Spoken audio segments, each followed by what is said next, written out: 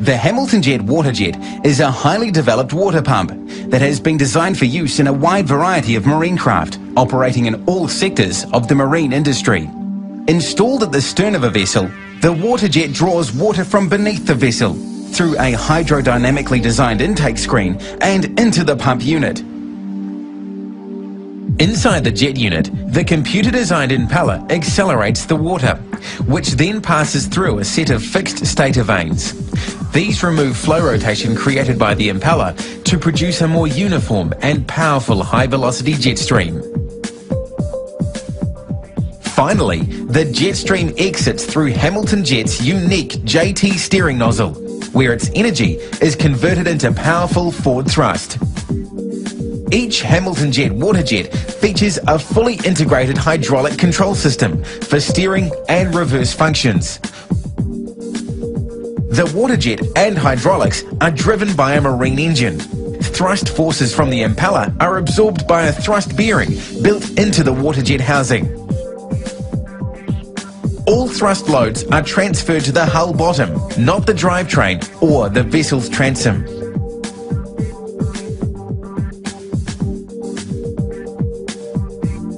Waterjets have a number of advantages over other forms of propulsion when it comes to manoeuvrability, durability and operator ease of use. A key factor in the control of a waterjet-powered vessel is that, unlike propeller systems, a waterjet impeller will always turn in the same direction during normal operation, whether the boat is moving ahead or astern.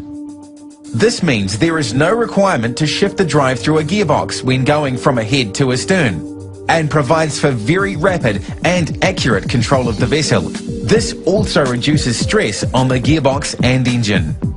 What's more, a waterjet's turning thrust is generated well aft of the vessel's transom, ensuring steering response from a waterjet-powered boat is immediate and highly effective, and allows for a small turning radius at all boat speeds. The engine throttle determines the amount of thrust provided by the waterjet, so will affect boat speed and rate of turn.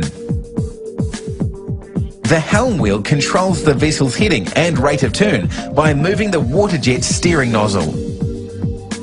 The ahead-astern control lever raises and lowers the reverse deflector to adjust forward and reverse thrust levels. This can also affect boat speed and steering responsiveness when used in conjunction with engine throttle.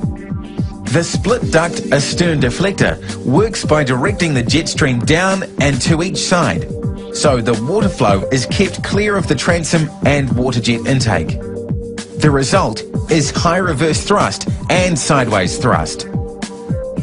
With a waterjet-powered boat, steering response is directly related to engine throttle, not boat speed. The higher the engine revs, the higher the thrust from the waterjet, and the greater the steering response.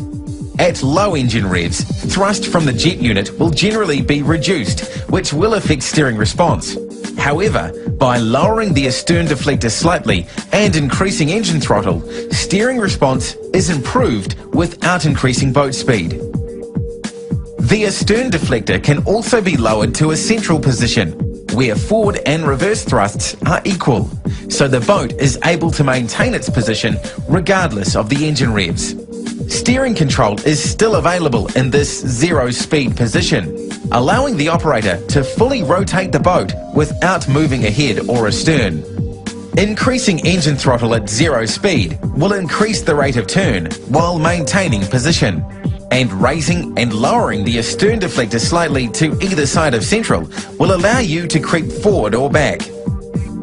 In a high-speed emergency, the operator is able to lower the astern deflector into the jet stream without reducing engine throttle to effect a crash-stop maneuver. This will bring the vessel to a stationary position within a very short distance.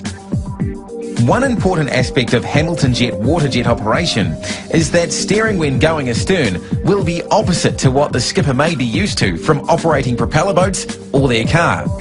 A good rule of thumb is to remember that the bow of the vessel will always turn in the direction you rotate the helm wheel.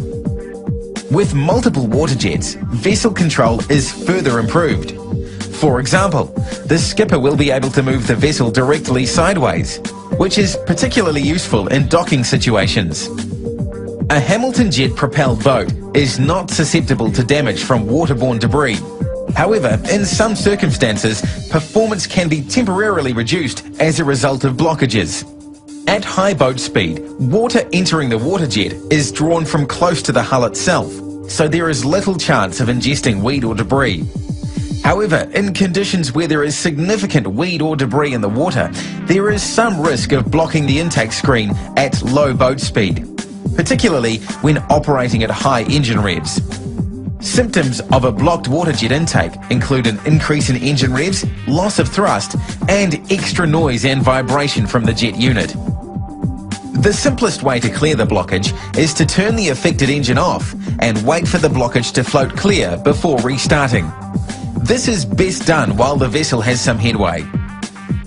If your vessel has a reversing gearbox fitted, you can reverse the rotation of the water jet impeller to push the blockage clear of the intake. This is called back flushing the water jet. If intake blockages are a common problem, you can have your water jet fitted with an intake screen rake. Activating the screen rake lowers a set of bars down between the bars of the intake screen to push the blockage clear. If something is ingested into the water jet and wraps around the main shaft or impeller, it can be cleared by disengaging the water jet before opening the inspection hatch cover and reaching in to remove the object by hand.